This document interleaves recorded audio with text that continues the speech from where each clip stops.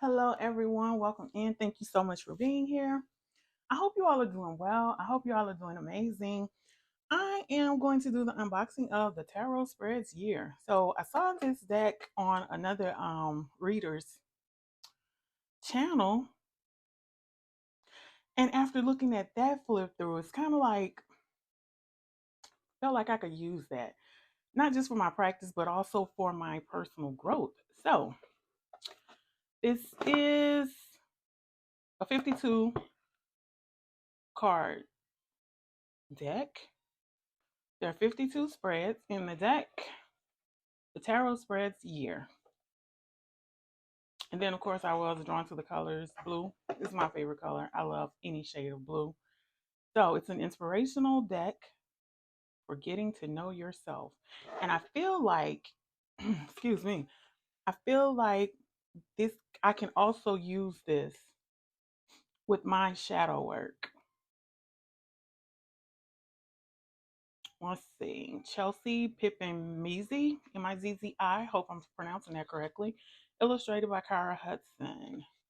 So, what is tarot? Gives you a brief description. Tarot in view.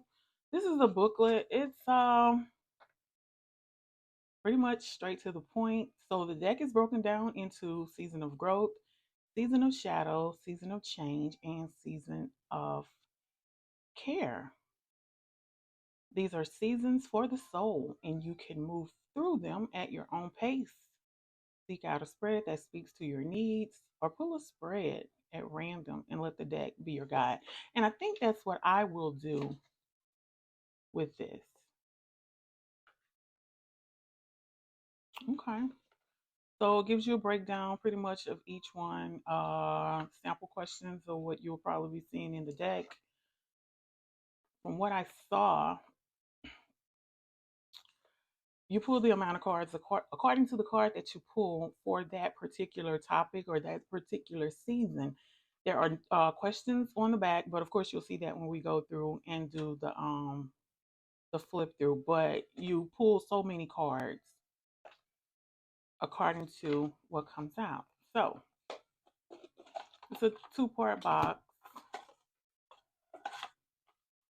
Really nice. Let's see. Put this over here. All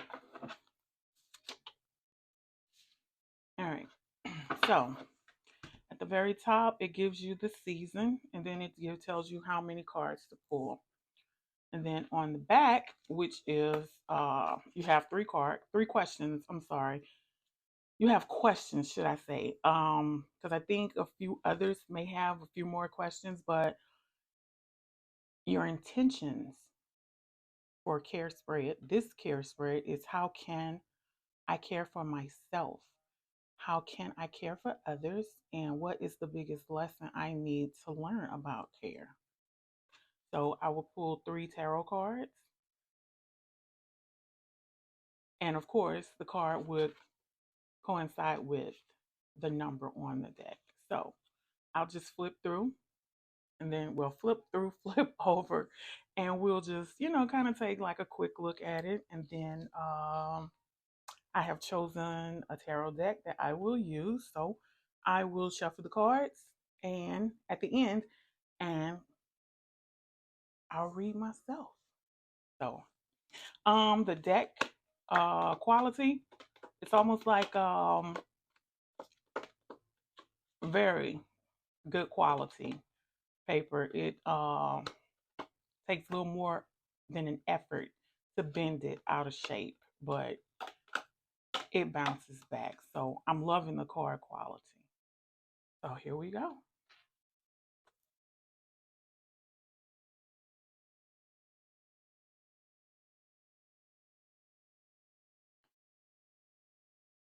And then for some of these, you may have two cards to answer one question.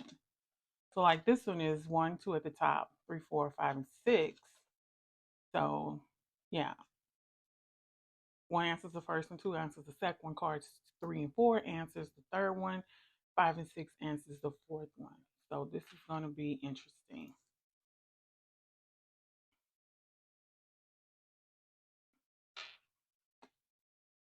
Maybe I should take this bracelet off.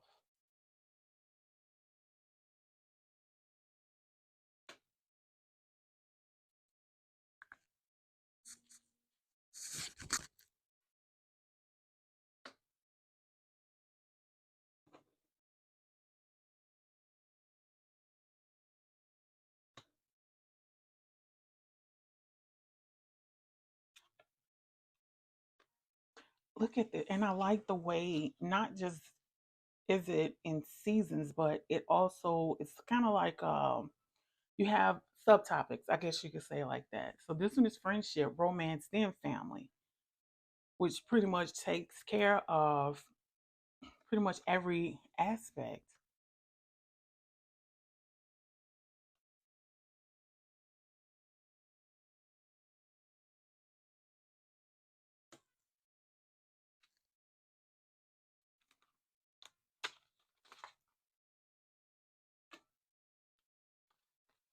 Okay, that was, let's see, season of care.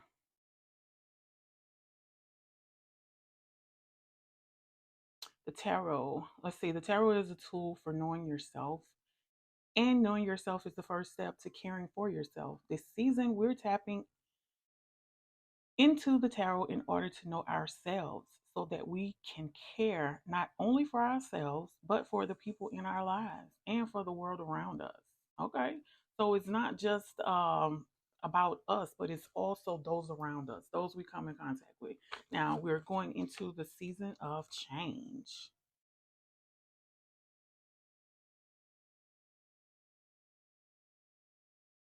So the guidebook here even suggests doing some journaling. And for me personally, I do love it. After a while, it's like, I get a little lazy on it, I will admit, but then it's also great when I do follow through with everything. And then weeks, maybe even months, maybe even days later, I'll look back and go over the things that I wrote. And it's like, oh, I was feeling like that at that time. So it's just really interesting how your journal can not just help you grow, but can also open your eyes a little more as far as having a perspective of how you were feeling at that time, and not realizing, sometimes not realizing that you were in that frame of mind, or those are the words that you scribbled on paper. So with this one, I'll just read the first paragraph. With an unbidden change, sorry, when an unbidden change disrupts our lives, it can feel cataclysmic. But change is happening all around us all the time, like ripples on water. Good changes, bad changes, and neutral ones we forget to take note of. The sun rises and sets. Meals start and end. Moments of activity fade into moments of rest. So something's always constantly changing. All right. So these will be the spreads and questions. I really like the way they have this color coded. I really love the questions that they bring out, the topics. Like this first one here was intentions. This one is resources. This is spirit, a change that's taken place in my spiritual life. How this change will change me and how this change will benefit me.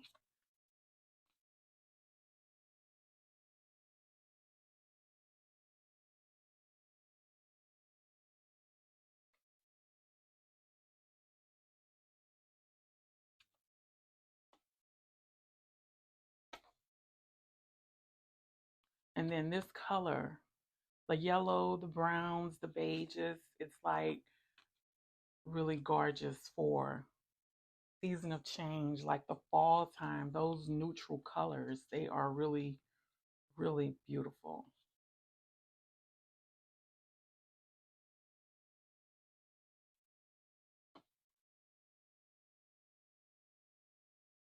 Interesting. So this one is you pull 9 cards. Let's see. A change that's forcing me to make a choice. Option one. Okay. So it gives you 6 options, then what to prioritize when making this choice. And the last one is what my intuition is telling me about the choice. Interesting.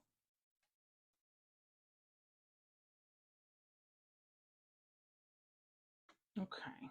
Now we are going into the season of growth.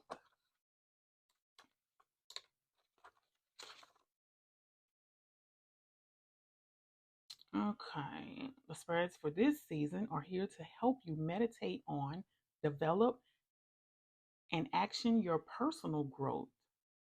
You'll draw cards that can help you to grow in your career, create new friendships, expand your conflict resolution toolkit, and more. Before you dive in, it's important to get a working definition of what growth means to you so that you can use these spreads mindfully and for the clearest possible outcome. Okay.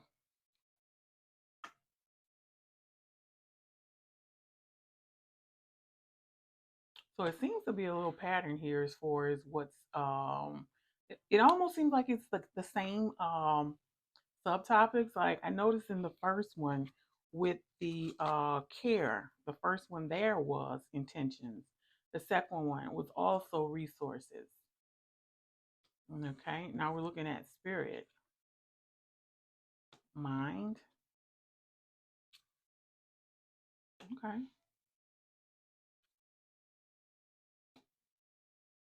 I really think it's a very, very interesting deck. And I also feel that whether you're doing this reading for yourself or for somebody else, it kind of gets you to not just, well, if you're doing it for yourself, it gets you to think about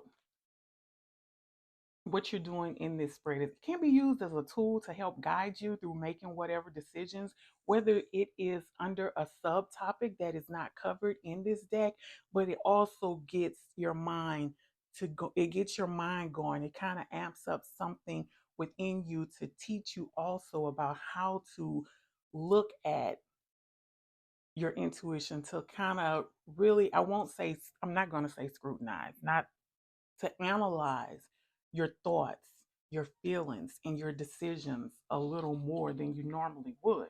If you're reading for someone else or using this in your practice with one of your clients or one of the queries, then I feel like it also helps you to also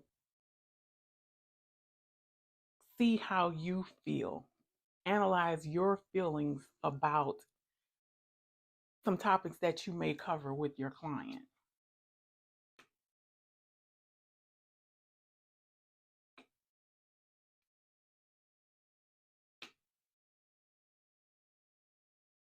All right, and I know I'll be using this section here. This is Season of Shadow. I would like to do some digging and do some shadow work for myself. Okay, shadow work was popularized by psychologist Carl Jung. Okay, who proposed that everyone has a shadow, but most people are not conscious of their own. That's because shadows are associated with darkness. These are the parts of ourselves that we've been conditioned to believe should never see the light of day. Jung believed the only way to grow beyond our worst parts is to recognize that they exist. Once recognized, we have to accept them and to some extent embrace them. It's not easy work to do, but to carry on growing, it's essential. This season's spread will help you begin that work. If there's one thing I hope you'll take away from this season, is that your shadow doesn't make you dysfunctional. In fact, working with your shadow in context is the only way to function. Interesting. All right. So this is the last season in the deck. And I was kind of thinking that this would have been probably a darker color because it's pretty much similar to the season of change. It's a little bit not as bright as this one, but I was kind of expecting a darker color. But nonetheless, it's still a beautiful deck. Like I said, first one is intention, then resources, and then it goes into, okay, so spirit, mind. So it's pretty much using the same subtopics in each one, just different questions and also a different number of cards that you'll be using.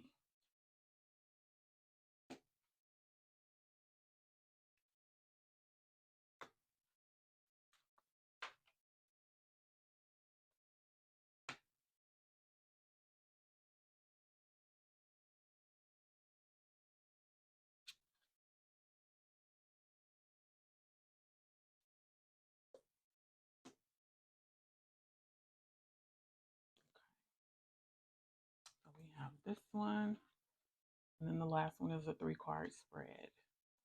Reflections. What did I learn about my shadow self?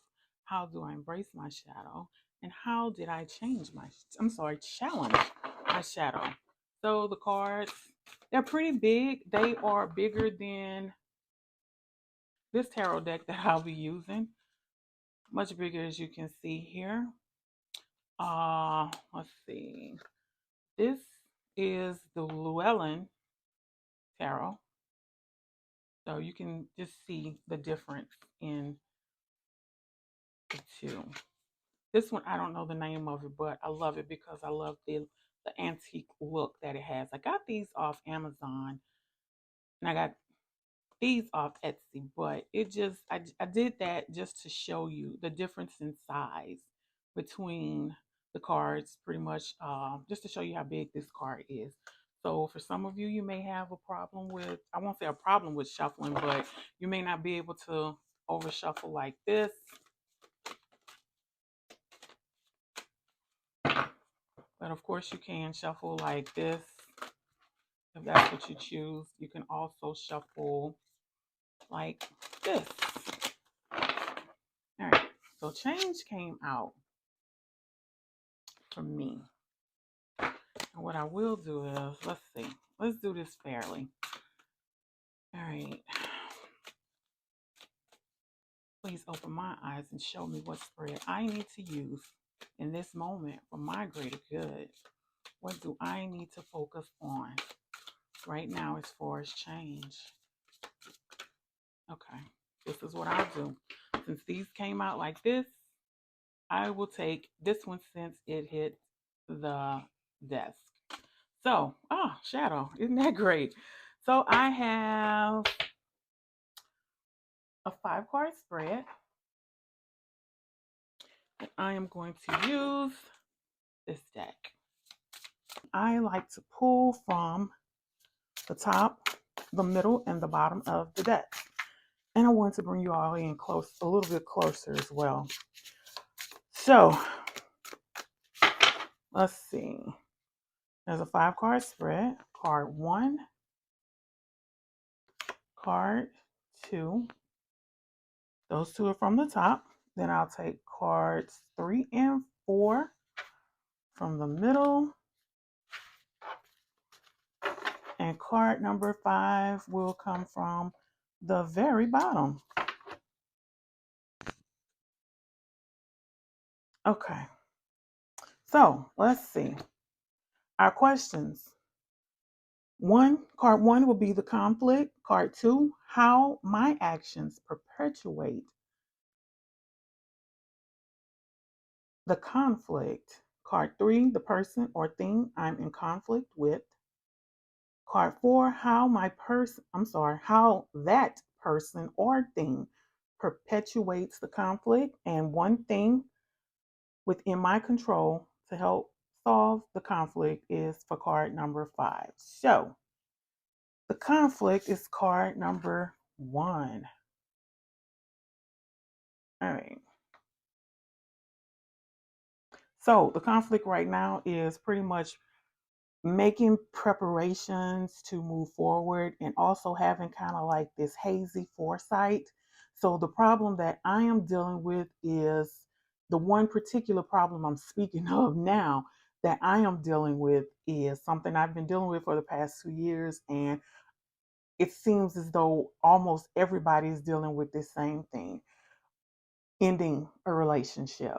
So for me, even though I see where I have made progress with moving away from that situation, moving away from that person, the it's still there's still a great deal of planning for me, because I have those times where, thinking about what happened, just thoughts, different things concerning that connection cross my mind. And it's like, instead of me allowing it to get me down or, focus on it much more than it deserves,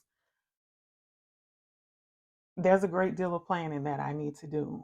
Like whatever it is to keep my mind off things, whether it's jumping on here, doing a reading to post, or doing a reading for myself, or reading a book, or getting up and getting out of the house, or doing a crossword puzzle, reading a book, whatever it is. From time to time, there is a little bit of cloudy foresight, because you can't help but think about where you were in that situation. So that conflict is keeping a level head sometimes and moving forward with your plans to do what you know you so well deserve. Second card is how my actions perpetuate conflict, how it can make the conflict worse, how it can keep the conflict going.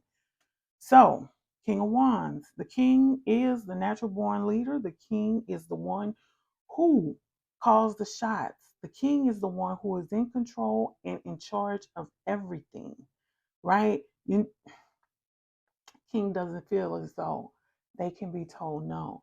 So, for me, my actions can perpetuate this conflict if I were to be insistent on reconnecting with this person or communicating with this person in any way. Like having this mindset that, listen, this is what we're going to do, or I am going to reach out, or we are going to make this work, or whatever the case, but being insistent, trying to take the lead or take on a role to put something into motion where there is some type of vision. For me to keep putting my hands in the situation, that would make it worse. And it will also show my King of Wands side, like wanting to be the one who's in control. Let's see. Number 3, the person or thing I'm in conflict with. Oh, God. So, as I said, my conflict is a person. Strangely enough, this person is a water sign. So, the Ace of Cups, love, compassion, overflowing emotions. And that person fits so well in this because, one, the person is a Scorpio. 2, there is still a lot of overwhelming emotions that I have with this person, despite our history, despite our disagreement, despite us not seeing eye to eye, despite the bickering. There's still a lot of love for this person. So that's a thing for me. Wow. The person or thing I'm in conflict with. Definitely a water sign. Okay. So moving on. Number 4 is how that person or thing perpetuates the conflict. We have the 10 of Pentacles, gratitude, luxury, culmination. So if this person were perpetuating this conflict, the way I see it, them insistently wanting to be on a level where we should have been, but as I said, it's just not meant to be. So if this person were the Ten of Pentacles, that would definitely perpetuate the conflict because there would be some type of demand or insistency to reach the ultimate pinnacle in a relationship or a connection that no longer exists. And of course, that would keep the problem going because they would be on this track as far as having a vision, seeing a vision of happiness, abundance, wealth, and nothing but having it all. And I'm over here on another track trying to move away from it, being in that Six of Swords and that Eight of Cups moment. And the last one is number 5. One thing within my control to help solve this conflict. Oh my God. Okay, I can see that. So this is right here is about,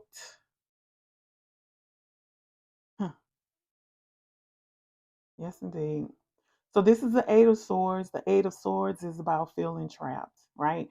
So the one thing that I can do, despite this being a card where this woman, this person in this card, she feels it's about being stuck, feeling trapped, right? Swords are about your mental. So this person in this card feels as though they have no control. They feel as though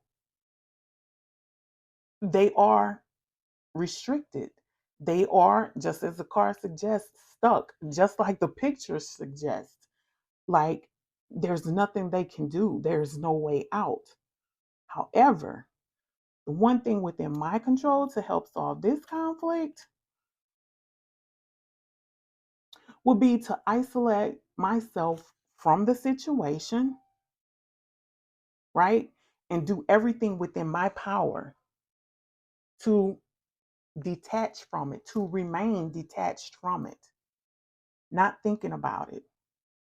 When I feel as though I'm going towards that place as far as thinking about it, right? I can do different things. Get my butt up, go take a ride somewhere, start listening to some music, call somebody on the phone, watch a movie, read a book, work, do a crossword puzzle, right? And the Capricorn in me, we're about our money. When I see pentacles, I think money, even though it is related to other things too, like health, right? So work, put in work overtime, get me a side hustle, just anything to keep my mind off of the problem. So I'm sorry, I'm so tongue tied. Excuse me. So not allowing myself to feel restricted, to feel as though I have no control over this situation, because if I allow this Eight of Swords to keep me in the situation or to keep my mind on the situation, it will have control over me. So the one thing within my control to help solve the conflict is to refuse to li- it's to refuse to not be in control. It's to refuse to lose control to the situation. It's to refuse to let the situation have control over me, not feeling as though I am imprisoned. Keep it moving mentally, keep it moving emotionally. And a lot of times that also involves keep it moving physically. So that's the reading. I just wanted to do a little sample just to let you see how it goes. If you have this deck and you have had a chance to connect with it and use it, let me know what you think about it down in the comments. If you don't have this deck, let me know what you think about it down in the comments. If you don't have the deck, you're thinking about getting it. If you do, connect with it. Do some readings. And I want you to come back and let me know what you think down below in the comments. I'm very interested to know regardless of whether you have it or not, whether you want it or not, whether you're going to purchase it or not. I would still like some feedback. Just let me know what you think. So that's the message. Well, it's not a message. Well, technically it is, but I digress. So that was the flip through. Thank you so much for being here. Thank you so much for watching. Until the next flip through or the next reading, take care of yourselves. Love and light.